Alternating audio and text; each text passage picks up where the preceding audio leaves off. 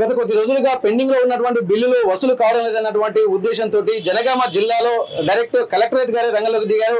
ఇంటి పన్నులు వసూలు చేయని వసూలు కొన్ని కావట్లేదు, కొన్ని మొండు బాకాయలు ఉన్నటువంటి నేపథ్యంలో కొంత ఇన్స్పిరేషనల్ గా తనే రంగంలోకి దిగినటువంటి నేపథ్యం. ప్రస్తుతానికైతే జనగామ జిల్లా కేంద్రంలోని వైభవ్ స్కిల్స్ దగ్గర కలెక్టర్ రిజ్వాన్ పాషా గారు ఉన్నారు. ప్రస్తుతానికి ఒకసారి వారే ఎందుకు స్వయంలోకి రంగంలోకి దిగాల్సి వచ్చిందో ఒకసారి మనం అనుకుందాం. నమస్తే సార్.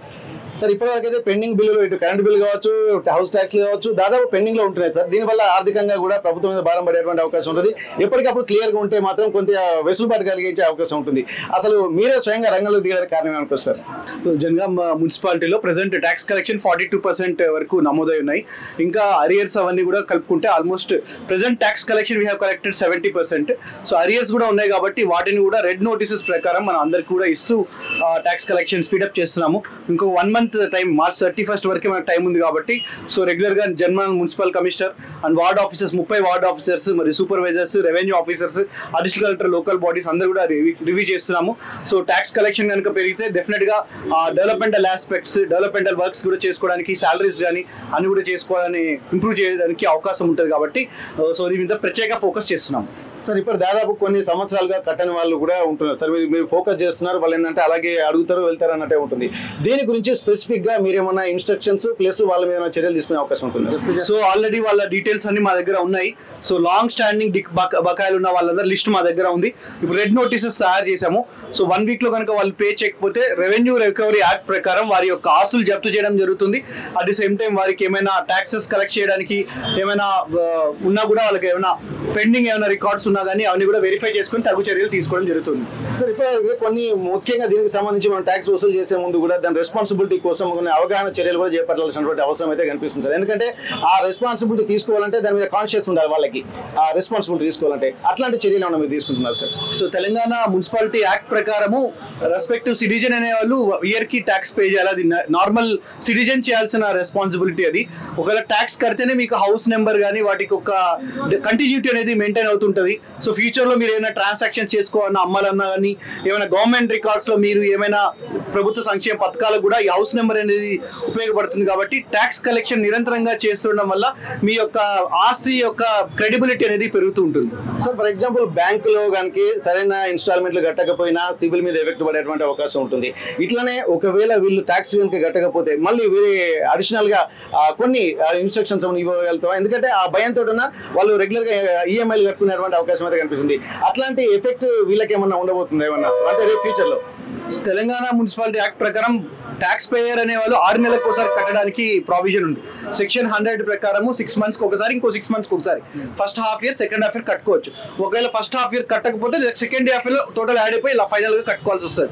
సో ఆ రిక్వెస్ట్ ట్యాక్స్ పేయర్స్ కి ఏంటంటే వ్యక్తుల వారిగా 6 నెలలకు ఒకసారి కట్టుకుంటే మీ మీద ఎఫెక్ట్ తగ్గుతుంది లాస్ట్ లో కట్టుకునే దానికంటే. సో అలా కూడా మీరు యాన్యువల్ ట్యాక్స్ ప్లాన్ చేసుకోవాల్సిందిగా కోరుతున్నాం. ఓకే, మొత్తం జనగామ జిల్లా వ్యాప్తంగా మొత్తం టోటల్ ఎంత బకాయిలు ఉన్నాయి సార్ అమౌంట్? సో జనగామ జిల్లాలో గ్రామ పంచాయత్స్ లో ప్రెసెంట్ 95% వరకు మనం ట్యాక్స్ కలెక్ట్ చేసుకున్నాము. So non tax revenue and tax revenue రెండింటిని కూడా కలెక్ట్ చేస్తున్నాం, కమర్షియల్ అండ్ రెసిడెన్షియల్ కూడా. సో గ్రామ పంచాయత్ లో స్పీడప్ అవుతున్నాయి, ఆల్మోస్ట్ 100% కంప్లీట్ చేస్తాము. సో మున్సిపాలిటీలో ఇప్పుడు ప్రెసెంట్ 44% ఉంది. 30 యాక్షన్ టీమ్స్ ఫామ్ చేసాము, స్పెషల్ టీమ్స్ ఫామ్ చేసాము. సో 100% ట్రై చేయడానికి మేము కృషి చేస్తున్నాము. At least we'll try to ensure arrears అవన్నీ కూడా పోగానే current year tax estimate 100% complete చేసుకుని అరియర్స్ అట్లీస్ట్ 90% వరకు కంప్లీట్ చేయడానికి టార్గెట్ పెట్టుకున్నాము. సో దాని ప్రకారం యాక్షన్ ప్లాన్ తయారు చేసుకుంటాం. Okay, thank you sir. అయితే ఇప్పటి వరకు చూసినట్టయితే ఇక్కడ మొత్తం టౌన్ లో మాత్రం 44% ఉంది.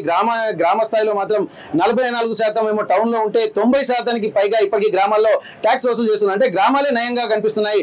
అటువంటిప్పుడు కొంత కాన్షియస్ అనేది టౌన్ లో తగ్గినట్టు, ఎందుకంటే ఎడ్యుకేటెడ్ పర్సన్స్ ఉంటారు కాబట్టి ఇక్కడ ఇంకా దాదాపు 54% కూడా ఇక్కడ పే చేయాల్సినటువంటి అవసరం ఉంటుంది. దీన్ని దృష్టిలో పెట్టుకుని కూడా కొంత ఎప్పటికప్పుడు ట్యాక్స్ కనుక పే చేస్తే ఇక్కడ ఉన్నటువంటి డెవలప్మెంట్ లో భాగస్వామ్యం ఉంటారు. మున్సిపల్ యాక్ట్ ప్రకారం ఇప్పటికే ఒక రెడ్ నోటీసులు కూడా జారీ చేసినటువంటి వాళ్ళ దగ్గరికి డైరెక్ట్ కలెక్టర్ గారే వచ్చి ఇక్కడ పన్నులు వసూలు చేసేటువంటి కార్యక్రమాలు శ్రీకారం చుట్టారు. ఎందుకంటే సిబ్బంది వస్తే కొంతమంది వాళ్ళను పట్టించుకునేటువంటి పరిస్థితులు కూడా లేకపోవడం వల్ల డైరెక్ట్ కలెక్టర్ గారే రావడం వల్ల కొంత అంటే కాన్షియస్ గా మాత్రం ఉంటున్నారు.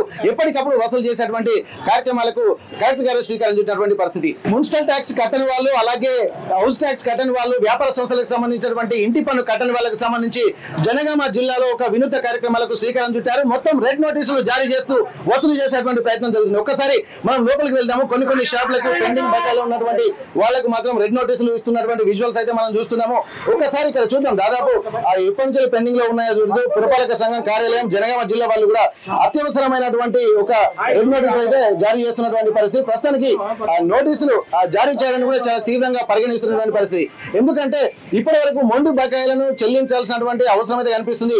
2 ఎగ్జామ్స్ ఇచ్చారు. 6 నెలలకు ఒకసారి కట్టాలి, అలాగే అప్పుడు కాకపోతే సంవత్సరానికి ఒకసారి కట్టాలి. కానీ ఆ తర్వాత కూడా కట్టకపోతే మాత్రం వాళ్ళ మీద సీరియస్ యాక్షన్ తీసుకుంటారు. కానీ 4-5 సంవత్సరాల నుండి కట్టని వాళ్ళకు మాత్రం రెడ్ నోటీసులు జారీ చేస్తున్నటువంటి పరిస్థితి. ప్రస్తుతానికి అయితే ఇక్కడ ప్రతి ఒక్క షాప్ లో అంటే మొండి బకాయిలు ఎక్కడెక్కడ అవుతున్నాయి అక్కడ కూడా ఉండేటువంటి అవకాశం ఉంది. సార్ ఇప్పుడు మీరు నోటీసులు సర్వ్ చేస్తున్నారు కదా సార్, ఎన్ని రోజుల నుంచి ఉంది సార్? ఇది ఒకటి అంటే ఒక గత 6 నెలలే పెండింగ్ ఉందండి. తర్వాత ఇప్పుడు రన్నింగ్ ఇయర్ కూడా ఉన్నది కాబట్టి రెడ్ నోటీస్ ఇస్తున్నాము. 6 నెలల 6 సంవత్సరాలు 6 నెలలు గతది, ఇప్పుడు 6 నెలలు అంటే సంవత్సరం బకాయి ఉంది. కాబట్టి ఈయనకు 15,020 రూపాయలు 28 రూపాయలు పే చేసేది ఉంది. కాబట్టి ఈయనకు నోటీస్ ఇస్తున్నాము. వీళ్ళు కొద్దిగా నిర్లక్ష్యంగా పేమెంట్ లో కొద్దిగా అలసత్వం వహిస్తున్నారు. కాబట్టి వీళ్ళందరూ కూడా యాక్టివ్ కావాలని ప్రజలందరూ ఈ మున్సిపాలిటీకి సహకరించి, మా రెవెన్యూ సిబ్బంది సహకరించి వాళ్ళు సకాలంలో పనులు చెల్లించినట్లయితే పట్టణాభివృద్ధికి తోడ్పడతారు. కానీ ప్రజలందరూ ఈ విషయాన్ని గమనించి తమ ఇంటి పనులు త్వరగా చెల్లించాలని ప్రజలందరికీ విజ్ఞప్తి చేస్తున్నాం. వ్యాపారాలు సజావుగా సాగుతున్నాయా లేదా అన్నటువంటి దృష్టిలో పెట్టుకోవచ్చు కదా సార్? మరి వాళ్ళ వ్యాపారాలు నడుస్తున్నాయండి. వ్యాపారానికి ఏం ప్రాబ్లం లేదు. ఎప్పటిలాగా వ్యాపారాలు నడుస్తున్నాయి. వాళ్ళకి ఎలాంటి ప్రాబ్లం లేదు. కాకపోతే ఎందుకంటే మున్సిపాలిటీ ట్యాక్స్ కట్టాలంటే వాళ్ళు మార్చి అనేది ఒకటి అలవాటు అయిపోయింది ప్రతి ఒక్కళ్ళలో. కాబట్టి మార్చి ఇలా కడతాము మేము అనేది వాళ్ళు ఒక నినాదంగా పెట్టుకున్నారు. కాబట్టి దాని గురించి మాకు ఇబ్బంది అవుతుంది. కాబట్టి వీరిని తొందరగా పేమెంట్ చేయాలని రిక్వెస్ట్ చేస్తున్నాం. ఒకసారి మనం మాట్లాడదాం సార్. ఇప్పుడు మామూలుగా ఏంటంటే సంవత్సరం కడుతూనే ఉంటారు కదా, అసలు ప్రాబ్లం సార్ వ్యాపారాలు జరగక కట్టలేకపోతున్నారు? 5-6 ఏళ్ళు 4 ఏళ్ళు 3 చాలా ఉన్నాయంటే ఇక్కడ నేను లేను కదా. ఈ బజార్లో వచ్చినంత వాళ్ళ పర్ఫెక్ట్ కలెక్షన్ ఎక్కడ రాదు. ఓకే సార్, ఇక్కడ ఏంటంటే మొత్తం ఓవరాల్ గా జనగామ జిల్లా వ్యాప్తంగా జరుగుతున్నటువంటి విషయం. నేను ఏడాది కానీ ఎక్కువ బాకీ లేదు. మొన్న 3 రోజులకి ఉచిత అని చెప్పిన 2-3 రోజులు షాప్ బంద్ ఉంది. నేను మండే నాడు ఇస్తా అంటున్నా. ఎక్కువ వాయిదా కూడా పెట్టలేదు. ఇంత హడావుడి చేయాల్సిన అవసరం లేదు. హడావుడి ఉన్నక్కడ చేయాలి. హడావుడు లేని కాడ హడావుడి చేసి మన పేపర్లు పడాలి, మన వల్ల పడాలంటే అది చాలా తప్పు. ఈ బజార్లు అంతా వచ్చినంత కలెక్షన్ వాళ్ళకి ఎక్కడ రాదు. వాళ్ళని అడగండి. మెయిన్ బజార్ ఇదే కాబట్టి ఇక్కడే ఉంటుంది కాబట్టి వాళ్ళు ఇస్తారు. కొంచెం మనము అభిమానం కోసమైనా ఇస్తారు. ఒక్కొక్కరు 5-6 ఏళ్ళు బాకీ 10 ఏళ్ళు బాకీ. అది మీరు అన్నారు, నేను అంటలేను. వాస్తవానికి ఉన్నారు అందులో. మిమ్మల్ని చూపించడం పద్ధతి కాదు. రెడ్ లేదు మీ గురించి చెప్పండి. లేదు అని నేను చూపించడం పద్ధతి కాదు. ఇప్పటి వరకు దాదాపు ఎన్ని సంవత్సరాల పెండింగ్ లో ఉన్నారు సార్ ఒక్కొక్కరు?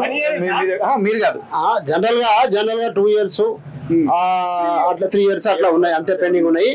కాబట్టి వాళ్ళందరూ కూడా రెడ్ నోటీసులు ఇష్యూ చేయడం జరుగుతుంది.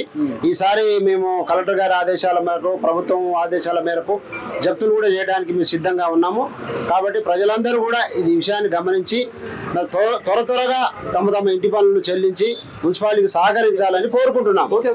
గతంలో ఎప్పుడు లేని విధంగా కొంత నోటీసులు ఉన్నాయి, పెండింగ్ బిల్లులు కూడా ఉన్నాయి. కానీ ఇప్పుడున్నటువంటి పరిస్థితుల్లో మాత్రం ప్రభుత్వం చాలా సీరియస్ గా తీసుకుంటున్నటువంటి పరిస్థితి. ఎందుకంటే ఇక్కడ మున్సిపల్ కార్యక్రమాలు కానీ అభివృద్ధి కార్యక్రమాలు కానీ సజావుగా సాగాలనే ఖచ్చితంగా ఆ పన్నులు వసూలు చేస్తేనే అభివృద్ధి సాధ్యం అన్నటువంటి ఒక కాన్షియస్ కూడా కలిగించేటువంటి ప్రయత్నం చేస్తున్నారు. కానీ 2-3 సంవత్సరాల నుంచి పెండింగ్ లో ఉన్నటువంటి వాళ్ళకు కూడా చేస్తున్నారు.